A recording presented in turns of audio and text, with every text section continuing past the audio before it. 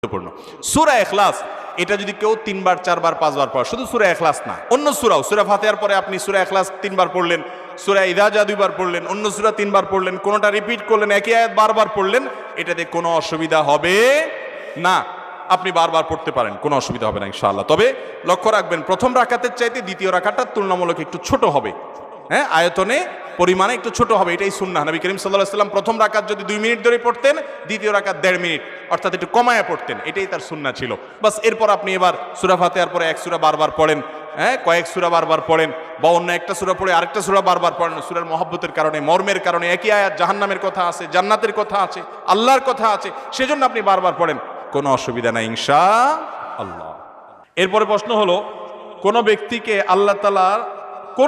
আল্লাহ তাআলা নামাজ পড়তে বলেছেন? আল্লাহ তাআলা সবাইকে নামাজ পড়তে বলেন নাই। কিছু মানুষ আছে যাদের নামাজ না পড়লেও চলবে।